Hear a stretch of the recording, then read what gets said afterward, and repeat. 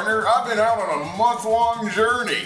A journey of sorrow, happiness, madness. Will you just shut up already and talk about the game? I was trying to do a funny intro.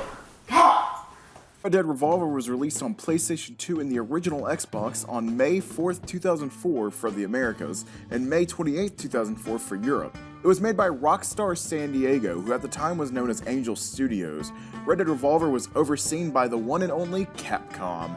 In March 2002, Capcom announced Red Dead Revolver. Originally, it was supposed to be a spiritual successor to Capcom's 1985 arcade shooter Gunsmoke.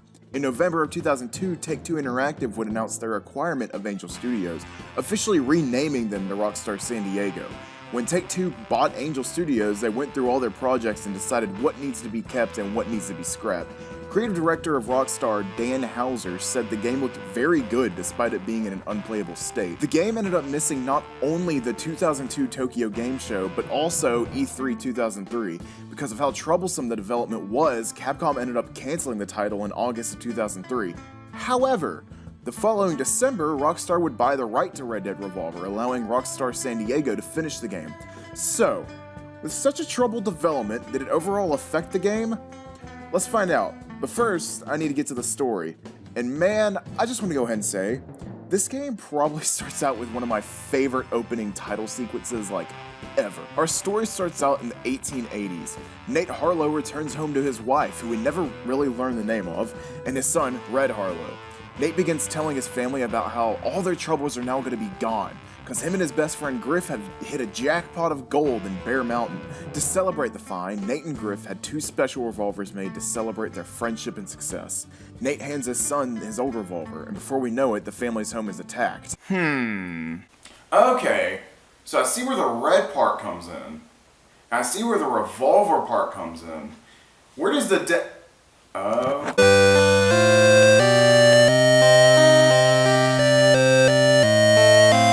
And Red's mom and dad are killed. A sergeant-looking figure approaches, and before he can even finish bragging, Red takes his now-dead father's special revolver and shoots the general, completely blowing his arm off. How is that possible? Flash forward, Red is now a fully grown adult. He wanders the west, looking for work as a bounty hunter now. He stumbles across an old merchant who's being harassed by some local ruffians. Red easily takes out the group and takes their bodies down to Sheriff O'Grady in Widow's Patch. Another local gang kills Red's dog while at Widow's Patch, and Red takes out his revenge and kills the entire gang invading the town. Red notices that Sheriff O'Grady isn't looking too hot, so he decides to take the sheriff to another town called Brimstone via train. This is basically going to be where the rest of the story takes place. The train gets held up for a robbery, but Red makes quick work of the robbers. Once in Brimstone, Sheriff Bartlett helps Red and O'Grady. Bartlett then hires Red to take out some local outlaws, and while out, Red rescues a dual revolver-wielding Englishman named Jack Swift. Once all three outlaws are dead, Red returns to the town to collect his money from Bartlett. Red heads to the bank, and turns out the bank gold is a few days late for some reason. We see the bank owner talking to a local ranch owner named Annie Stokes. She's begging for the bank to give her one more day to pay off her ranch debt, but the owner is not having any of that. She walks off flustered. Later, Red appears at her ranch and gives her the money he was rewarded so she can keep living her life. Red returns to the town and heads to the saloon. He overhears some men talking about a sergeant who lost his arms a year back and got replaced with a cannon. Hold up! A cannon? What the hell? Look at this! How? Is this a thing in the 1880s? I think not! Red turns around demanding answers. The gang doesn't exactly help, and a fight breaks out in the saloon. Red does what he does best and takes out the gang. Bartlett busts in and unfortunately arrests Red. Once the two are alone and Red asks Bartlett what he knows, Bartlett begins explaining. Years ago, a man named General Diego was attacking a Yankee military unit. Diego wins through risky and dirty tactics and takes hostages. One of them happens to be Griff, who we learn has become the governor now. He tells Diego that if he lets him live, he will halve his recently obtained Bear Mountain gold. However, he would have to kill the person who he originally halved it with, that person being Nate Harlow. Bartlett drops the charges and Red goes after Diego to exact revenge. Red eventually gets caught, and we pan over to an Indian named Shadow Wolf who was watching Red. When Red's family was murdered, he was brought up by an Indian tribe. Shadow Wolf breaks into the mines to rescue Red, In doing this, he frees Red and a Buffalo Soldier from... At this point, we never really learn his name, so I'll just call him Buff. Once Buff makes it back to Brimstone, he exposes Diego and the Sergeant to the Governor. Unfortunately, Griff is on Diego's side still to this day and kidnaps Buff. We cut back to Wolf and Red to see them invading the base, and while they do succeed in killing the Sergeant, Wolf's life is taken. Red heads for Diego's train and is able to stop it, invade it, and then murder Diego. Red arrives back at Brimstone to hear about a showdown battle royale.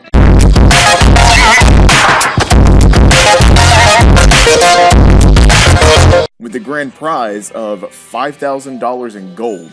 Along with some local randos, Red, Swift, Annie, and Griff's right-hand man, Kelly, enter the competition.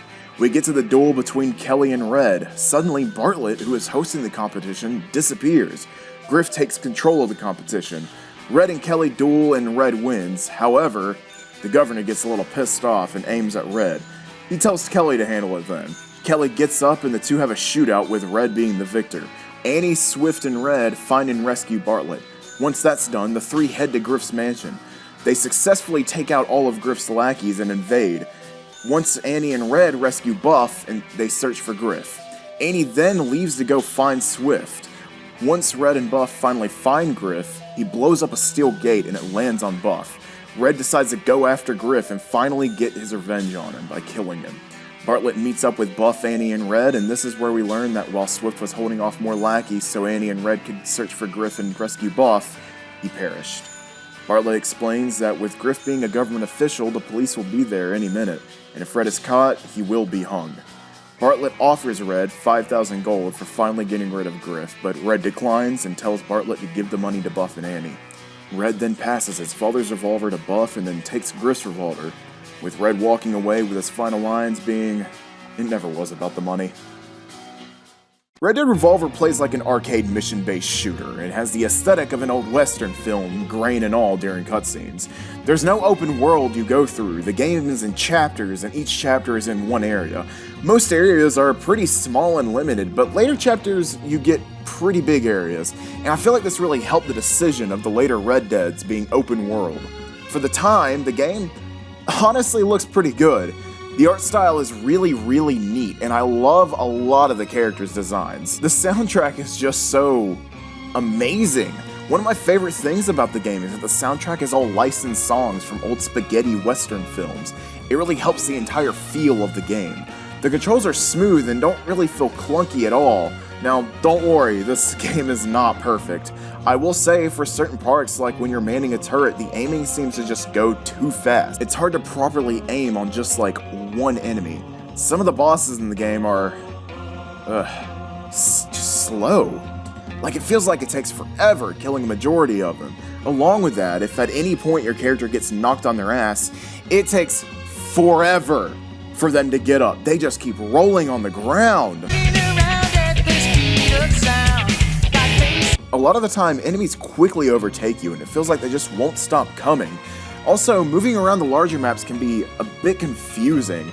Yeah, there is a map, but the only way to access it is to pause the game, go to the map option, then check it.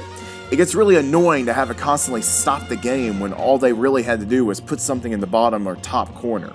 A lot of the time, if you die in the game, it just unnecessarily resets you way too far back in the mission.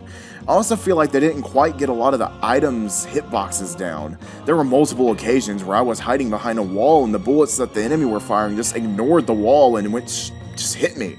There was even one fight with a boss that felt like it took an hour to beat. After I finally killed him, the screen faded to black like usual, but nothing happened. Lo and behold, the fight music kept going, and when I moved the control stick or pressed any buttons, I could hear Red moving and making actions. The game glitched, and I had to restart the entire fight over. Overall, though, I can definitely see why back in the day review sites gave this game 73s and 74s. As of July 2nd, 2010, Red Dead Revolver has actually sold 920,000 copies. It even made it into the book 1001 Video Games You Must Play Before You Die. Overall, Red Dead Revolver was a great experience, and I'm really glad I decided to play this. Hopefully you guys out there that have not heard of or played this game will actually go give it a chance now. Hope you guys enjoyed this little flashback to Red Dead's origins. I figured it'd be something to watch while you were taking a break from Red Dead Redemption 2. Anyway, if you'll excuse me, I gotta start editing my next video. Hey, whoa, man, that's my laptop. Not anymore, nerd. Ah, what?